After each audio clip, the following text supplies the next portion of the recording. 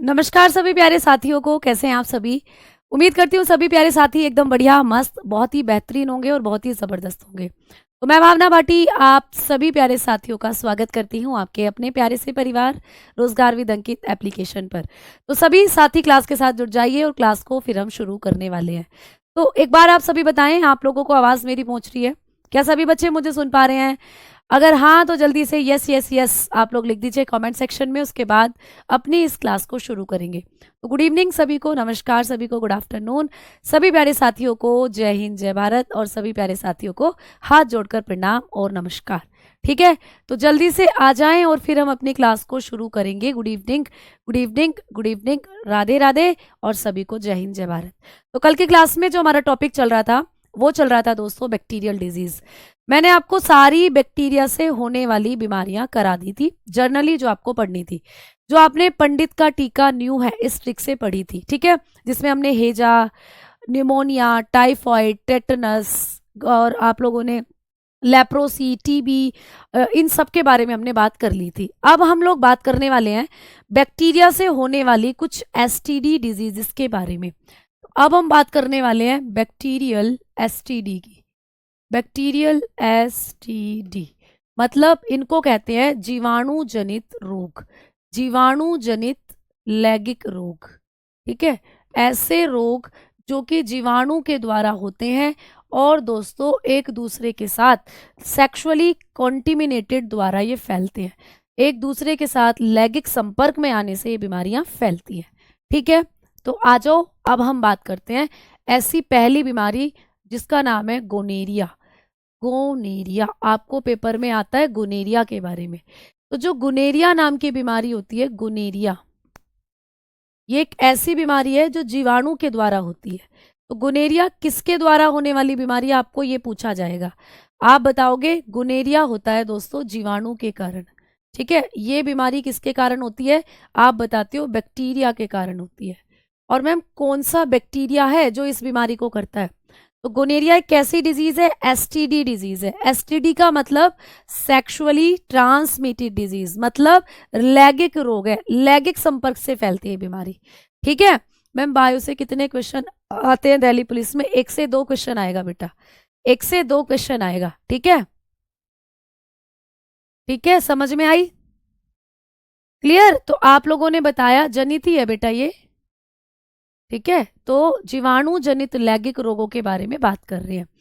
अब आओ बात करेंगे कि कौन सा ऐसा बैक्टीरिया है जो हमारे अंदर गोनेरिया रोग करता है। तो आप बताकर चलते हो नाइजीरिया गोनेरिया। बैक्टीरिया का नाम है दोस्तों नाइजीरिया गोनेरिया।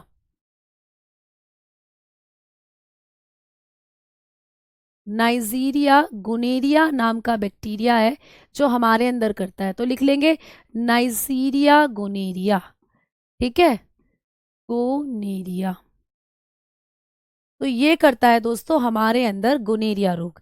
अब इससे सिर्फ इतना ही पूछा जाता है, इसके सिम्टम वगैरह और कुछ नहीं आते।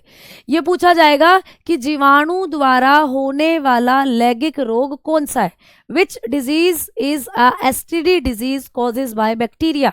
तो आपको बताना है फिर गोनेरिया। तो गोनेरिया एक जीवाणु से होता है बेटा, जीवाणु का नाम है नाइजीरिया गोनेरिया, और ये बीमारी एक लैंगिक बीमारी है, लैंगिक रोग है। ठीक है, दूसरी बीमारी है सिफिलिस। दूसरी बीमारी है दोस्तों सिफिल्स। ठीक है, जिसको उष्णता के नाम से भी जाना जाता है, जिसको हम लोग उष्णता रोग भी बोलते हैं। उष्णता रोग के नाम से भी ये जानी जाती है। यानी कि इस बीमारी में क्या होगा, इस बीमारी का कारण भी होता है बैक्टीरिया। तो ये भी एक लैंगिक रोग है, और किसके कारण होता है? जीवाणु के कारण। तो जब कभी भी आपको जीवाणु से होने वाली कोई भी एसटीडी डिजीज पूछी जाए तो उनमें से ये ऑप्शन आपको दिए होते हैं, या तो गोनेरिया दिया हुआ होगा या सिफिलिस आपको दिया हुआ होगा। गोनेरिया को करने वाला बैक्टीरिया आपने देखा नाइसीरिया गोनेरिया था, वैसे सिफिलिस को करने वाले बैक्टीरिया का नाम है दोस्तों ट्रिपोनेमा। Treponema palladium. ठीक है, ट्रिपोनेमा पैलेडियम। तो ये भी आपको पूछा जा सकता है कि ट्रोपोनेमा पैलेडियम नाम का जो बैक्टीरिया है ये कौन सी बीमारी करता है। तो आप कहोगे ट्रेपोनेमा पैलेडियम, ट्रोपोनेमा पैलेडियम, पैलेडियम। ठीक है, ये हमारे अंदर करता है सिफिलिस रोग। ठीक, इसमें क्या होता है, इसमें भी रिप्रोडक्टिव ऑर्गन जो होते हैं, जनन अंगों में छोटे छोटे दाने हो जाते हैं दोस्तों। मूत्र त्यागते वक्त जो है जलन होना, इरिटेशन होना, ये इनके सिम्टम है। ये सिम्टम नहीं आते पेपर में, सिर्फ इनका नाम और ये कैसी बीमारियां हैं, किसके द्वारा होती हैं, और बैक्टीरिया का नाम ये आपको पूछा जाता है। आओ तीसरी बीमारी की बात करते हैं, ट्रोकोमा। तीसरी बीमारी है दोस्तों ट्रोकोमा। ठीक है, ट्रोकोमा तीसरी बीमारी क्या है, ट्रोकोमा। ये भी किसके कारण होता है, जीवाणु के कारण। तो ट्रोकोमा नाम की बीमारी भी आपके अंदर करता है जीवाणु। और मैम कौन सा जीवाणु है जो ट्रोकोमा रोग करता है, तो आप लोगों को इस जीवाणु का नाम भी पूछा जाएगा। इस बैक्टीरिया का नाम भी आप लोगों को याद रखना है। तो वो बैक्टीरिया जो हमारे अंदर ट्रोकोमा रोग करता है उसका नाम है दोस्तों, आप बताते हो क्लेमाइडिया ट्रोकोमेटिस। ठीक है, क्लेमाइडिया ट्रोकोमेटिस, आप बताते हो क्लेमाइडिया ट्रोकोमेटिस।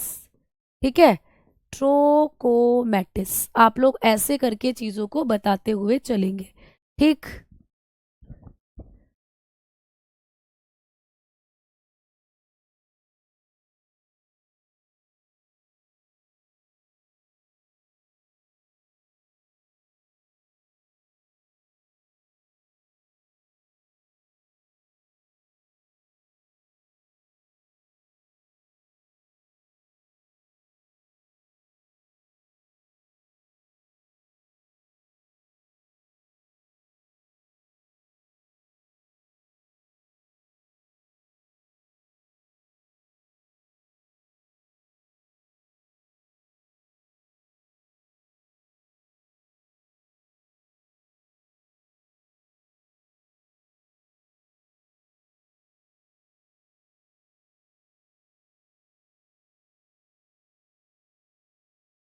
क्ले क्लेम आइडिया ट्रोकोमेटिस है बच्चों ये। ठीक है, तो लिख लीजिएगा क्लेम आइडिया,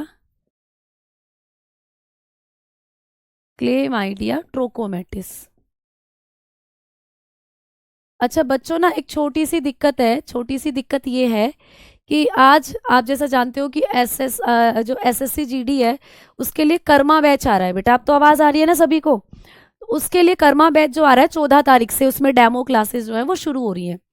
उसके लिए आज हम टीचर्स की एक इंट्रोडक्शन वीडियो है, मतलब जैसे आप जानते हो कि जैसे आपका बैच शुरू हुआ था तो सभी टीचर्स ने आपको इंट्रोड्यूस करा था अपने आप को कि हम कौन सा सब्जेक्ट पढ़ाने वाले हैं और कौन सी चीज़ें कितने मार्क्स की आपको पूछी जाती हैं। तो सेम वैसे ही जो एसएससी जीडी का बैच है, कर्मा बैच, वो 14 तारीख से शुरू हो रहा है। उस बैच की आज इंट्रोडक्शन वीडियो है बेटा। उस वीडियो में मुझे भी जाना पड़ेगा, और क्योंकि वो सभी टीचर्स की इंट्रोडक्शन वीडियो हो रही है तो मुझे भी उस वीडियो का हिस्सा बनना पड़ेगा। इसीलिए मैं आज की जो आपकी क्लास है ना वो इतनी ही रखने वाली हूँ, तो उसके लिए आज मुझे माफ़ करना। कल मैं आप लोगों की क्लास लूंगी, और मैं सोच रही हूँ कि सैटरडे में भी मैं आप लोगों की क्लास ले लूँ, क्योंकि सिलेबस अब हमारा ज़्यादा नहीं बचा, उसको कवर अप हम लोग कर लें। तो आज के लिए इतनी ही क्लास मैं आपकी ले पाऊंगी प्यारे बच्चों, क्योंकि जो वीडियो है वो अब शुरू हो चुकी है। और सर का ही मैसेज पहुंचा था अभी कि मैम को इंट्रोड्यूस कराना है बच्चों को, तो वीडियो जो है वो अब शुरू हो चुकी है, तो इसीलिए वीडियो में जाना थोड़ा सा ज़रूरी है। ठीक है, तो क्लियर, सभी बच्चों को समझ में आई ना बातें। बिहार पुलिस, हाँ जी हम ही कराएंगे, बिहार पुलिस में भी आपको बायोलॉजी, बिल्कुल परेशान नहीं होना, ये हम ही कराएंगे। और इसी वाली बायोलॉजी से भी आप बिहार की बायोलॉजी जो है वो कर सकते हो। ठीक है बच्चों, तो अभी मुझे आप लोगों को थोड़ा सा ये इन्फॉर्मेशन, वही बातचीत चल रही थी सामने कि मैम आप आ रहे हो वीडियो में, तो मुझे जाना पड़ेगा बच्चा। आज हमने ये 3 बीमारियां करी हैं, इन 3 बीमारियों को आप लोग लिख लीजिएगा और इन सब चीज़ों को रिवाइज कर लीजिएगा। ठीक है, क्लियर। तो कल आपकी क्लास होगी, अब आगे इसके वायरल डिजीजेज जो हैं उनको करूँगी मैं आगे आप लोगों का, और जो दूसरी हैं,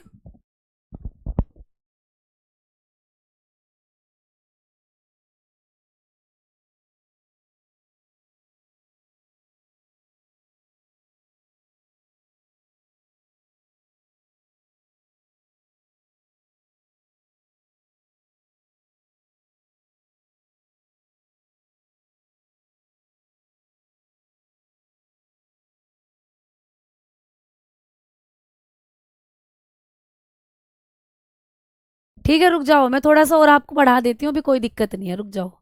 मैंने थोड़ा सा टाइम और मांग लिया है सर से। ठीक है, तो थोड़ा सा और कर लेते हैं। तो ये इतनी बीमारियां थी। देखो ट्रोकोमा में मुझे और भी बातें बतानी है। जो ट्रोकोमा होता है, अभी थोड़ा सा और हूँ 10 मिनट में तुम्हारे साथ, सुन लो चलो चीजों को। जो ट्रोकोमा होता है प्यारे साथियों, ट्रोकोमा, जो ट्रोकोमा डिजीज है, इसमें जब आप लोग बात करते हो तो इसमें आपको एक और क्वेश्चन ये आता है कि ये किस अंग से संबंधित आपकी बीमारी है। इसका प्रभावी अंग पेपर में बहुत बार पूछा है कि ट्रोकोमा रोग का जो प्रभावी अंग है वो कौन सा होता है, अफेक्टिव ऑर्गन कौन सा होता है। तो ट्रोकोमा का जो अफेक्टिव ऑर्गन है ना दोस्तों, वो आपकी आंखें होती हैं। वो आपकी क्या है, आंखें, नैनन, आपके जो नयन है। तो आंखें इस बीमारी में प्रभावित होती हैं। फिर मैम ये सेक्सुअली कैसे है, तो दोस्तों ये इन्फेक्शन जो है वो सेक्सुअली भी फैल सकता है। आंखें इसमें लाल हो जाती हैं, पूरी आंखों में खुजली होती है, इन्फेक्शन हो जाता है, तो ये इन्फेक्शन सेक्सुअली भी फैल सकता है। इसीलिए ट्रोकोमा जो होता है ये आपकी कैसी बीमारी है, एक लैंगिक बीमारी में रखी गई है। लेकिन ये वाला क्वेश्चन बहुत इंपॉर्टेंट है, ये आपको कई बार पेपर में पूछा है कि ट्रोकोमा का प्रभावी अंग क्या होता है, आंखें होती है। क्लियर। चलो, तो आपकी बैक्टीरिया से होने वाली इतनी ही एसटीडी डिजीज है जो पेपर में पूछी जाती है। आ जाओ, अब हम थोड़ा सा बात कर लेते हैं वायरल डिजीजेस के बारे में। अब हम थोड़ा सा बात कर लेते हैं वायरल डिजीजेस के बारे में। ठीक है, वायरल डिजीजेस जिसको कहते हैं हम लोग विषाणु जनित रोग, विषाणु जनित रोग। अब हम बात करने वाले हैं विषाणु जनित रोगों की। ठीक है, विषाणु जनित रोग जो होते हैं इनकी अगर बात करें तो इनको भी एक ट्रिक से आप लोग याद कर सकते हो। वायरल डिजीजेस को क्या है, ए चाचा इन्हें डांटो। बेटा ट्रिक है, ए चाचा इन्हें डांटो, ए चाचा इन्हें डांटो, खरे गाल पे छापो। ठीक है, आप लोग बताएंगे खरे गाल पे छापो, खरे गाल पे छापो। तो ये ट्रिक हो जाती है दोस्तों आपकी क्या, बैक्टीरिया को याद करने वाली। ए चाचा इन्हें डांटो, खरे गाल पे छापो। तो वायरस से जो आपको बीमारियां होती हैं उनकी ट्रिक है ये। बैक्टीरिया से तो मैंने बता दी थी, पंडित का टीका नहीं हुआ है। अब बात करते हैं मैम ए से क्या बनेगा, तो ए से बनेगा दोस्तों एड्स। आप सभी जानते हो एड्स के बारे में। एड्स कैसे फैलता है आपको पूछा जाता है, तो एड्स का कारण है विषाणु। एड्स विषाणु की वजह से फैलता है।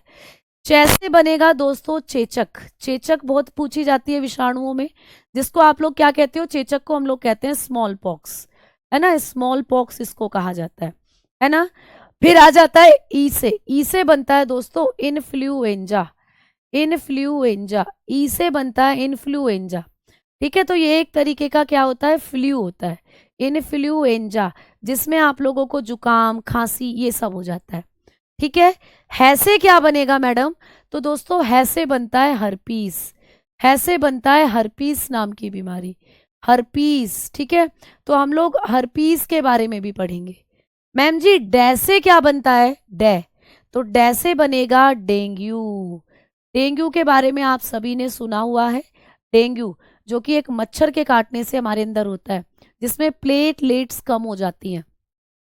ठीक है मैम, खे से क्या बनेगा, खे से बनेगा खसरा, खसरा जिसको कहते हैं हम लोग मीजल्स। क्या कहते हैं दोस्तों, मीजल्स कहते हैं, खसरा। ठीक है, फिर आपको पूछेगा मैम रै से क्या बनेगा, तो रै से रेबीज। बहुत इंपॉर्टेंट है रेबीज, और बहुत आसान तरीके से आप इसको याद भी कर लेते हो। आपको पता है पागल कुत्ता काट ले, पागल बिल्ली काट ले, पागल बंदर काट ले, तो क्या हो जाता है, रेबीज हो जाता है। ठीक है, अच्छा आ जाओ आगे बात करते हैं। आगे हम वो लोग बढ़ते हैं, गैस से कौन सी बीमारी होती है, तो गैस से होता है गलसुआ रोग। गलसुआ, मैम गलसुआ को बोलते हैं मम्स। इसमें क्या होता है, मम्स रोग में जो हमारी सेलेवरी ग्लैंड है ये वाली, ये ऐसे मोटी मोटी हो जाती हैं, तो पूरा आपके गाल ऐसे मोटे मोटे हो जाते हैं गाल, तुमने देखा भी होगा कई बार लोगों को। ठीक है, और बेटा पैसे क्या होता है, तो पैसे होगा पीलिया। ठीक है, पीलिया रोग, पीलिया। ठीक है, लिख लीजिएगा पीलिया रोग। अब पीलिया जिसको कहते हैं हम लोग हेपेटाइटिस, हेपेटाइटिस, पीलिया यानी हेपेटाइटिस। और बेटा ये जो 6 है, 6 से होगा छोटी माता, छोटी माता। आपने पढ़ा है, सुना है इसके बारे में। जिसको कहते हैं हम लोग चिकन पॉक्स। चिकन पॉक्स, छोटी माता, चिकन पॉक्स। और बेटा इसके बाद जो होता है लास्ट है पोलियो। ठीक है, इसको कहते हैं पोलियो। अब मैं जा रही हूँ बेटा, आपको 10 मिनट वेट करना है, ठीक है। बस मैं आती हूँ, मेरा नंबर आ गया है, मैं बस बोल कर आती हूँ बच्चों को, 10 मिनट आप वेट करोगे।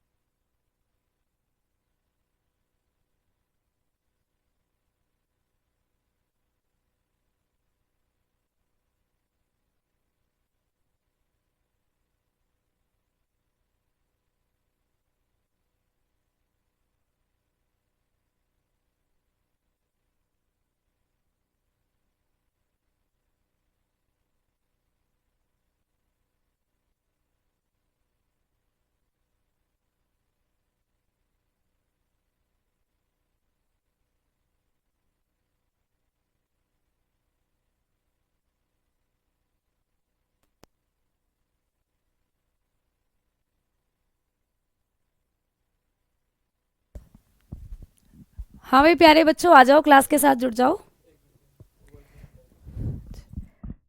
आ गई बस। तो भाई प्यारे बच्चों, बहुत बहुत शुक्रिया, आपने थोड़ा वेट करा, इंतजार करा, और मैंने आपको इंतजार कराया, उसके लिए बहुत बहुत माफी चाहूंगी। चलिए आ जाइए, अपने टॉपिक की तरफ वापस आ जाते हैं। ठीक है, तो मैं अपनी बात वहां बताकर आ चुकी हूँ। कुछ बच्चे यूट्यूब पर ही थे मेरे साथ, तो बोल रहे थे मैम जल्दी आइए। तो बिल्कुल हम लोग जल्दी से अपनी बातें खत्म कर कर आज आ गए हैं आप लोगों के लिए। ठीक है, तो आओ भाई, अब हम अपनी क्लास को शुरू कर रहे हैं। ठीक है बच्चा, तो सबको आवाज आ रही है, एक बार बताओ। आ गई है बेटा? मैडम आप लोग भी आ जाइए, क्लास के साथ जुड़ जाइए। बहुत बहुत शुक्रिया, आप लोगों ने इंतजार करा, और अब मैडम आ चुकी हैं। तो देखो, आपने इस ट्रिक के माध्यम से यहाँ पर वायरस से होने वाली बीमारियों को करा। पोलियो को आरो आप लिख लीजिएगा, पोलियो। तो प्रश्न आता है आपको कि पोलियो जो है वो किसके कारण होता है, तो आप कहेंगे विषाणु के कारण। ठीक है, आ जाओ, अब हम चलते हैं, इन बीमारियों को करते हैं डिटेल में कि किस कौन कौन सी ऐसी चीजें हैं जो आपको यहां से पूछी जाती हैं।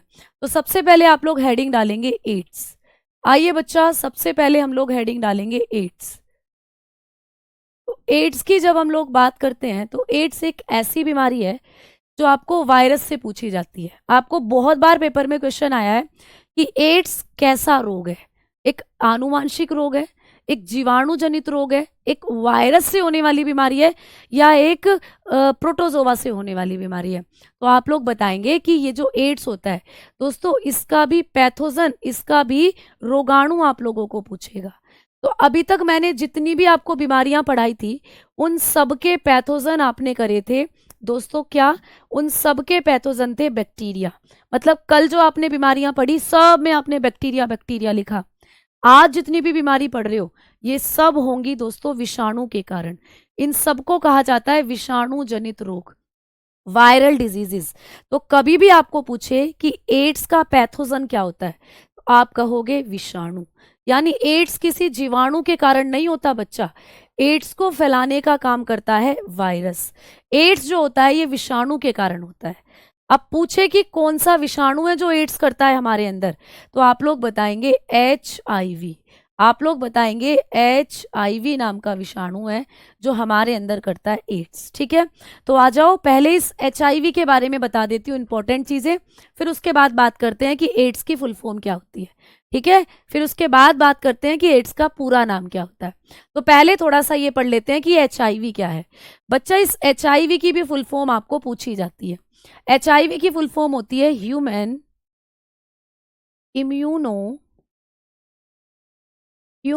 Immuno deficiency virus. Deficiency virus, ठीक है, इसकी फुल फॉर्म होती है ह्यूमन इम्यूनो डेफिशिएंसी वायरस। यानी कि मानव प्रतिरक्षा। इम्यूनो का मतलब होता है दोस्तों प्रतिरक्षा, मानव प्रतिरक्षा अपूर्णता। दोस्तों डेफिशिएंसी का मतलब होता है कमी हो जाना, अपूर्णता, और वायरस का मतलब होता है विषाणु। HIV की फुल फॉर्म होती है मानव प्रतिरक्षा अपूर्णता विषाणु, यह human immuno deficiency virus. Ma'am मतलब क्या हुआ इसका? मतलब ये कि एड्स वो बीमारी है बेटा जिसमें आपकी रोगों से लड़ने की शक्ति खत्म हो जाती है। मतलब तुम इसमें क्या कर सकते हो बेटा, तुम इसके अंदर अपने आप को किसी भी बीमारी से बचा नहीं सकते। जैसे जुकाम भी अगर हो रहा है ना, तो जुकाम भी आपका ठीक नहीं होगा, फिर बुखार हो रहा है तो वो लगातार आएगा। भैया नई नई बीमारियां लगती चली जाती हैं एड्स के अंदर। एड्स अपने आप में एक ऐसी बीमारी है जिसमें आपको बहुत सारी बीमारियां लग जाती हैं। ठीक है, हाँ जी, एक्वायर्ड इम्यूनो डेफिशिएंसी सिंड्रोम अभी लिखवाऊंगी। पहले हमने बात करी है कि जो HIV होता है इसकी full form acquired immune deficiency virus होता है। अच्छा, इसका एक और नाम भी है दोस्तों, HIV को हम लोग रेट्रो वायरस भी कहते हैं, रेट्रो वायरस। तो कई बार आपको ये भी पूछा गया है कि इसको किस नाम से जाना जाता है, तो इसे रेट्रो वायरस भी कहते हैं। क्या कहते हैं बच्चा? रेट्रो वायरस भी कहते हैं। तो ये जो HIV है ना, इसको हम लोग रेट्रो वायरस के नाम से भी जानते हैं। मैम इसे रेट्रो वायरस क्यों कहते हैं, इसका मतलब? तो मतलब ये कि बेटा ये उल्टा वो दिखाता है अनुलेखन। कैसे? देखो समझना, आपके शरीर में बेटा DNA से बनता है RNA। हमारा जो शरीर है इसमें बनता है DNA से RNA, और RNA बनाता है फिर हमारे शरीर में प्रोटीन। ठीक है, हमारी हर कोशिका के अंदर होता है DNA, और DNA से बनता है RNA, और RNA से बनती है प्रोटीन। तो जब डीएनए से हमारे शरीर में आरएनए बनता है ना, इसको कहा जाता है ट्रांसलेशन। क्या कहते हैं इसको? ट्रांसक्रिप्शन कहते हैं। क्या कहते हैं बच्चा इसको? ट्रांसक्रिप्शन।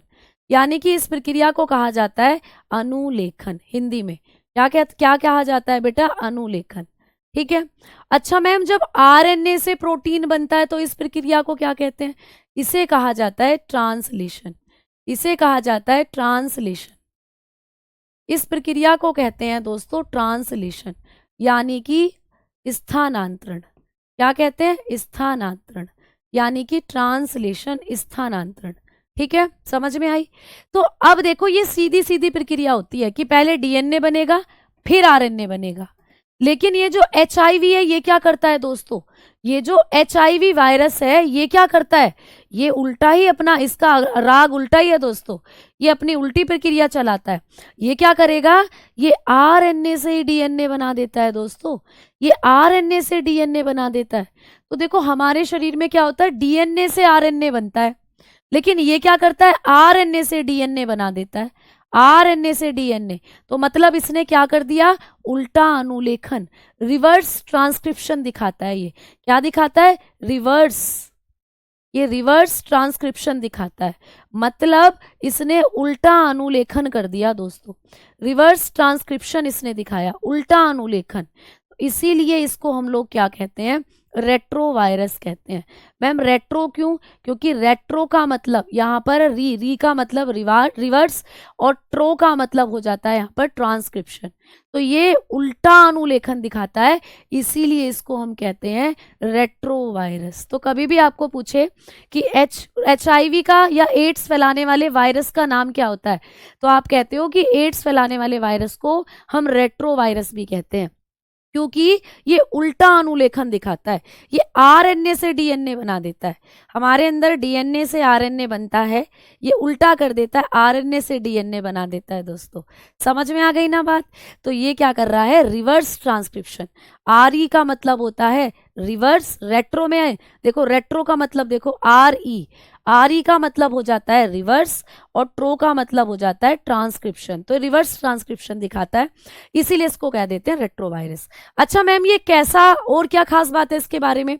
तो दोस्तों ये सिंगल स्ट्रैंडेड आरएनए है। क्या होता है इसमें? होता है सिंगल स्ट्रैंडेड आरएनए। ये सिंगल स्ट्रैंडेड आरएनए वायरस है, सिंगल स्ट्रैंडेड आरएनए वायरस। तो दोस्तों ये भी आपको पूछा गया है, ये एक रज्जू की आरएनए वायरस होता है, एक रज्जू की होता है दोस्तों, एक रज्जू की आरएनए विषाणु है, एक रज्जू की आरएनए विषाणु है दोस्तों। ये समझ में आई बात? तो ये क्या होता है? एक रज्जू की आरएनए विषाणु, मतलब इसमें एक ही स्टैंड होता है। तुमने देखा? देखो समझना, अच्छे से समझना। ये होता है डीएनए, ऐसा दिखता है देखो डीएनए, ये डीएनए है। इसमें तुम्हें दिख रहा है दो स्टैंड है डीएनए में। एक स्टैंड देखो मैं बना रही हूँ ग्रीन कलर वाला, ये रहा, ये एक स्टैंड तो देखो मैंने ये बना दिया ग्रीन कलर वाला, और एक स्टैंड बना दिया देखो लो मैंने रेड कलर वाला। दिख रहे हैं दो अलग अलग कलर, रेड और ग्रीन। तो आपने देखा जिसमें दो स्टैंड होते हैं वो तो डीएनए होता है, और ये है दोस्तों आपका आरएनए, ये है आप लोगों का आरएनए। तो आरएनए में एक ही स्टैंड होता है, आरएनए में एक ही स्टैंड है, तो ये सिंगल स्टैंडेड हुआ, ये सिंगल स्टैंड है। ठीक है, ये सिंगल स्टैंड है दोस्तों, एक रज्जू की है, एक रज्जू की है। क्लियर? और जबकि अब यहाँ पे आपका डीएनए जो बना रही हूँ ये डबल स्टैंडर्ड है, ये डबल स्टैंडर्ड है। तो डीएनए डबल स्टैंडर्ड होता है और बेसिकली आरएनए सिंगल स्टैंडर्ड। तो जो एचआईवी वायरस है ना, इसके पास एचआईवी भी सिंगल स्टैंडर्ड है, याद रखना। यानी एचआईवी में आरएनए होता है और वो ऐसा होता है सिंगल स्टैंडर्ड, जबकि डीएनए ऐसा डबल स्टैंडर्ड है। तो ये तो डीएनए तो होता ही नहीं है उसमें, उसमें होता है आरएनए, आरएनए वायरस है। तो बेटा इसको आप लोग याद रखोगे कि सिंगल स्टैंडर्ड आरएनए होता है जो एचआईवी होता है। ठीक है, समझ में आ गई बात? एक बात और करके बताओ मैम, एक बेटा इतना लंबा चौड़ा मैसेज लिख रहे हो, समझ नहीं आ रहा क्या पूछ रहे हो। एक बात और बताओ, एक बात और बताओ, क्या बात बताएं? आ जाओ आगे बात करते हैं।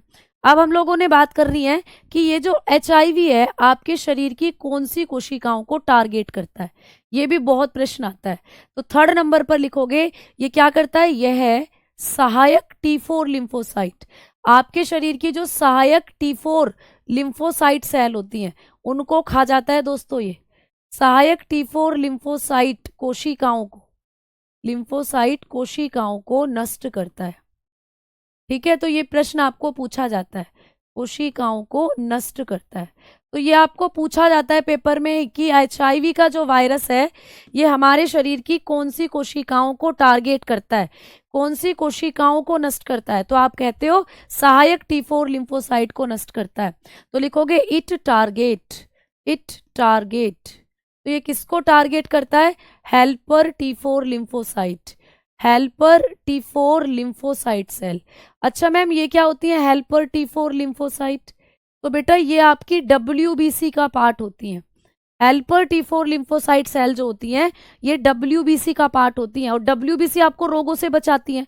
अगर आपको जुकाम हुआ है, अगर आपको कोई भी बीमारी हुई है, तो उसको ठीक करने के लिए आपकी WBC काम करती हैं। और भैया इसने क्या करा, HIV ने इतना चालाक है कि WBC को ही मार दिया। अब WBC जब शरीर में नहीं बची तो कौन बचाएगा तुम्हें अब रोगों से? इसीलिए तुम्हारे शरीर में नए नए बैक्टीरिया, नए नए वायरस चले जाते हैं और वही फिर उधम मचाते हैं शरीर में। उसी बीमारी को कहते हैं एड्स दोस्तों। हाँ जी, एड्स सेक्सुअली भी फैलता है, भी बताएंगे। तो ये तो HIV के बारे में आपके सारे पॉइंट्स हो गए। अब मैं आपको बताती हूँ कि मैम एड्स की फुल फॉर्म क्या होती है। एड्स की फुल फॉर्म तो आप लोग बताते हो, एड्स की फुल फॉर्म होती है एक्वायर्ड इम्यूनो डेफिशिएंसी सिंड्रोम। ठीक है, तो एक्वायर्ड इम्यूनो डेफिशिएंसी सिंड्रोम आप लोग बताकर चलते हो, ये एड्स की फुल फॉर्म होती है। ठीक है, acquired immuno deficiency syndrome. Hindi में इसको कहते हैं दोस्तों अर्जित प्रतिरक्षा। अर्जित, एक्वायर्ड का मतलब जो चीज तुमने अर्जित करी है, इम्यूनो का मतलब वही प्रतिरक्षा, आपकी रोगों से लड़ने की शक्ति खत्म हो जाती है इसमें, WBC को खा जाता है ये वायरस। डेफिशिएंसी का मतलब वही अपूर्णता, यानी कि आपके अंदर जो कमी आ जाती है रोगों से लड़ने की। और सिंड्रोम का मतलब होता है संलक्षण।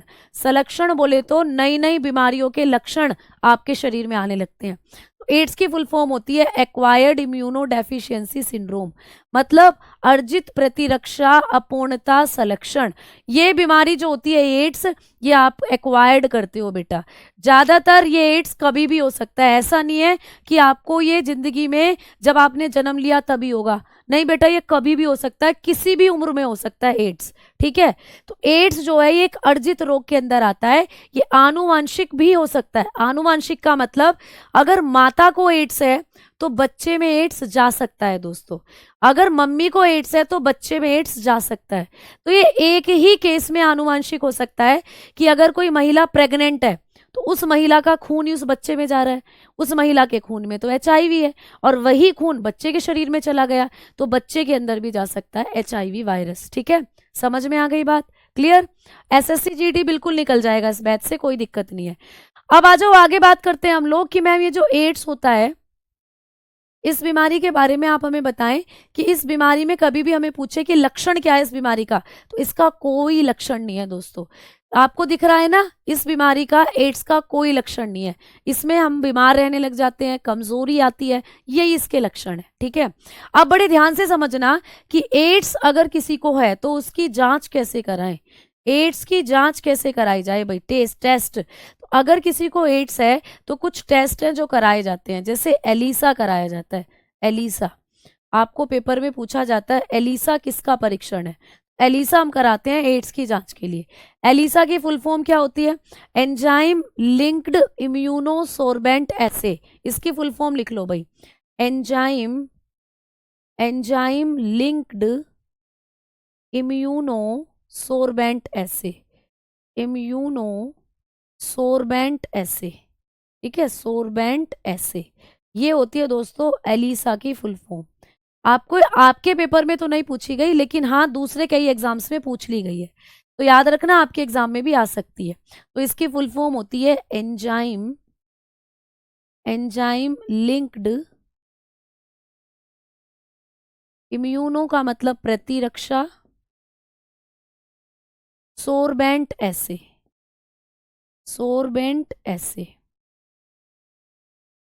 तो ये होता है दोस्तों किसकी फुल फॉर्म? आप लोग बताकर चलते हो, ये होती है एलिसा की फुल फॉर्म। क्या है एलिसा?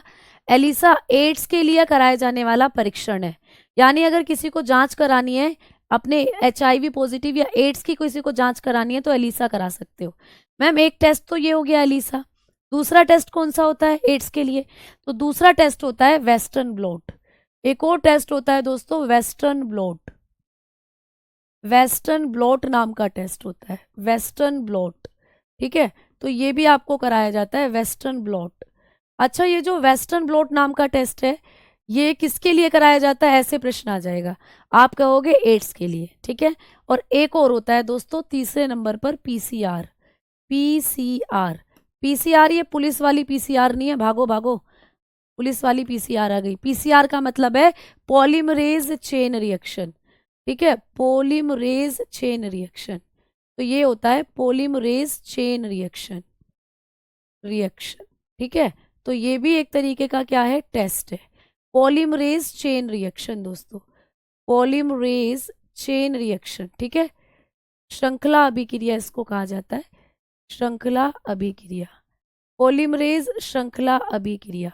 इस पे हमारे DNA को हाई टेम्परेचर पर रखा जाता है और फिर हमारे DNA की जांच की जाती है और उसमें हमें पता चलता है कि हमारी बॉडी के अंदर जो HIV है उसने हमारे DNA को बदलकर RNA में कन्वर्ट कर लिया है, या उसने अपने हमारे RNA से अपना नया DNA, मतलब उसके पास तो RNA होता है, तो हमारे DNA से अपना नया RNA बना लिया है। तो मतलब ये एक ट्रिक है जिसके द्वारा आप क्या कर सकते हो, एड्स की जांच कर सकते हो। अब एड्स कैसे फैलता है दोस्तों, एड्स कैसे फैलता है, एड्स स्प्रेड कैसे होता है? तो एड्स के फैलने के कारण आपको पूछ लेता है पेपर में, और मेरे ख्याल से ये सभी बच्चों को पता है कि एड्स कैसे फैलता है। एड्स फैलने के कारण बेटा, हाउ स्प्रेड, एड्स जो होता है वो कैसे स्प्रेड होता है, हाउ टू स्प्रेड, कैसे एक व्यक्ति से दूसरे व्यक्ति में फैलता है। तो इसके कुछ कारण है, जैसे आप लोग बता सकते हो इंजेक्शन के द्वारा। आपने देखा इंजेक्शन डॉक्टर लगाता है, तो अब सरकार का नियम है कि जब भी हम किसी को इंजेक्शन लगाएंगे तो उस इंजेक्शन की सीरीज को हम तोड़ देंगे और डस्टबिन में फेंक देंगे, तो हर व्यक्ति को एक नया इंजेक्शन लगाया जाएगा। पहले क्या होता था, पहले उस इंजेक्शन को कई बंदों पर इस्तेमाल किया जाता था बेटा।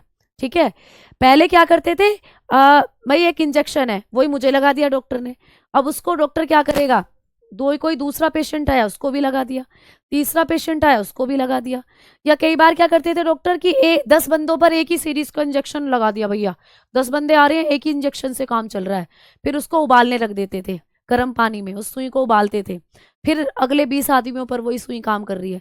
लेकिन अब क्या है, सरकार ने नियम बनाए हैं कि एक सीरीज का इस्तेमाल एक ही आदमी पर करोगे, है ना, एक ही आदमी पर करोगे। क्यों? क्योंकि भाई मान लो जैसे मैं अपने वैक्सीनेशन लगवाने गई, मैं एक टीका लगवाने गई, डॉक्टर ने मुझे एक इंजेक्शन लगा दिया, अब एक और बंदा आया उसको भी डॉक्टर ने वो इंजेक्शन लगा दिया। अब जो 30 मतलब जो बीच में बंदा आया था दूसरे नंबर पर मेरे बाद, मान लो उसको एड्स था, अब वो इंजेक्शन उस बंदे के शरीर में गया, उस बंदे के खून के कांटेक्ट में आया, उस निडिल पर चिपक गया एड्स का वायरस। अब वही एड्स का वायरस दिखाई तो देता नहीं है भैया, अगर दिखाई देगा तो हम क्यों लगाएंगे किसी को, वायरस है दिखाई तो देते ही नहीं है नॉर्मल आंखों से, तो वही इंजेक्शन डॉक्टर ने तीसरे व्यक्ति को लगा दिया। अब उसके तो शरीर के कांटेक्ट, जब उसके ब्लड के कांटेक्ट में गया वो इंजेक्शन, तो वो वायरस जो था छुटकर उसके ब्लड में चला गया, तो भैया तीसरे बंदे को तो हो गया ना, क्या प्यारे बच्चे, तीसरे बंदे को तो हो गया ना एड्स। तो इसीलिए सीरीज के माध्यम से एड्स फैल सकता है। ऐसा नहीं है एक सीरीज का इस्तेमाल तुम चाहे 10 लोगों पर कर लो, कोई दिक्कत नहीं है, दिक्कत ये है कि उन 30 लोगों में, उन 3 लोगों में, उन 10 लोगों में हमें ये नहीं पता चलेगा कि किसको एड्स है। कई बार खुद को ही नहीं पता होता उन बंदों को कि उन्हें एड्स है, तो वो जाने अनजाने में इंजेक्शन अगर किसी हेल्दी व्यक्ति को लग जाए तो उसको भी हो सकती है बीमारी। इसीलिए हर रोगी को जब इंजेक्शन लगाएं तो भैया नया इंजेक्शन लगाएं। एड्स इंजेक्शन के द्वारा फैल सकता है। दूसरा, माता से बच्चे में फैल सकता है, माता से बच्चे में दोस्तों, ठीक है, माता से बच्चे में फैल सकता है। मदर टू चाइल्ड, मैंने अभी कहा मदर टू चाइल्ड, अगर कोई महिला प्रेग्नेंट है उसके पेट में बच्चा पल रहा है तो उस बच्चे में भी जा सकता है वो वायरस, क्योंकि जो खून मम्मी के पास है बच्चे के पास भी वही ब्लड जा रहा है, मम्मी के खून से ही तो बच्चा पोषण ले रहा है, उसमें भी जा सकता है ना। और तीसरा हो सकता है असुरक्षित यौन संबंध बनाने से, असुरक्षित यानी कि ये सेक्सुअली भी फैलता है, ठीक है, असुरक्षित यौन संबंध बनाने से, मतलब कि ये सेक्सुअली भी फैलता है दोस्तों। तो एड्स को आप लोग विषाणु जनित सेक्सुअली डिजीज में भी रख सकते हो, ठीक है। तो ये कैसे होता है, अनसेफ, आप लोग बताकर चलोगे, अनसेफ सेक्स के द्वारा भी ये फैल सकता है, ठीक है। तो ऐसे भी आप लोगों को चीजें हैं जो पेपर में पूछी जा सकती हैं। तो अभी तक आपने देखा कि इंजेक्शन से फैल रहा है, माता से बच्चे में है, मतलब कहने का मतलब ये है कि ब्लड के माध्यम से और हमारी बॉडी के जो कुछ फ्लूइड होते हैं उनके माध्यम से फैल सकता है एड्स। तो ये होते हैं इसके मेन कारण जो आपको पूछे जाते हैं। अब एड्स जो है वो आपने पढ़ लिया, एड्स की जांच क्या होती है वो आपने पढ़ लिया। आ जाओ अगली बीमारी पर चलते हैं, चेचक। बेटा बहुत पूछी जाती है चेचक। चेचक मतलब जिसको कहते हैं स्मॉल पॉक्स। स्मॉल पॉक्स की जो बीमारी होती है ये भी आपको पेपर में पूछी जाती है, ठीक है। स्मॉल पॉक्स जो होता है किसके कारण होता है, बहुत बार पेपर में आया है, विषाणु के कारण। भाई स्मॉल पॉक्स भी हमारे अंदर वायरस करता है, विषाणु। मैम कौन सा वायरस करता है, तो वायरस का नाम है वेरियोला, ठीक है। वेरियोला वायरस, वायरस का नाम है दोस्तों वेरियोला वायरस, वेरियोला। तो ये वायरस का नाम है दोस्तों वेरियोला। तो वेरियोला विषाणु करता है हमारे अंदर चेचक। अब ये है वेरियोला वायरस, मैम ये कहाँ रहता है, तो ये रहता है हवा में। ये हवा के अंदर रहता है दोस्तों, हवा में, एयर में रहता है, ठीक है। कहाँ रहता है वायरस, हवा में, और एक दूसरे के साथ सांस के साथ फैलता है। जिसके घर में पहले चेचक निकलती थी ना उसके घर में लोग जाते नहीं थे दूर दूर तक, मतलब ऐसे पता लग जाता था कि भैया उधर मत जाना, उस मोहल्ले में मत जाना, चेचक निकल रही है उधर। तो मतलब ये वायरस इतना ज्यादा एक्टिव है कि आसपास के एरिया में, रोगी के आसपास ये घूमता रहता है, और उस रोगी के आसपास जो भी कोई जाएगा, बच्चा, कोई बूढ़ा, कोई वयस्क, उसमें बीमारी लग जाती है। नहीं, बस खत्म है, ठीक है। तो उसमें ये लग जाता है। और बेटा अब ये जो वायरस है, मतलब वेरियोला वायरस हवा में रहता है। इस बीमारी से आपको एक चीज और याद रखनी है कि इस बीमारी का प्रभावी अंग त्वचा होती है। प्रभावी अंग है दोस्तों आप लोगों की त्वचा, ठीक है, अफेक्टिव ऑर्गन। इसमें आप लोगों की त्वचा प्रभावित होती है। त्वचा पर आपने देखा था लंबे लंबे दाने मोटे मोटे दाने निकल आते हैं, ठीक है। तो त्वचा इस पर क्या होती है आपकी प्रभावित, स्किन। आज के लिए इतना ही रखते हैं दोस्तों। कल मैं आपको स्किन, ये चेचक से बहुत से और भी फैक्ट बताऊंगी, इसकी वैक्सीनेशन बताऊंगी। प्रथम वैक्सीनेशन जो बनी थी, फर्स्ट वैक्सीनेशन इसी बीमारी के लिए बनी थी दोस्तों, एडवर्ड जेनर ने बनाई थी। तो कल करते हैं बाकी की चीजें, ठीक है। तो आज इतना ही रहने देते हैं। सभी को नमस्कार, सभी को धन्यवाद। जय हिंद, जय भारत।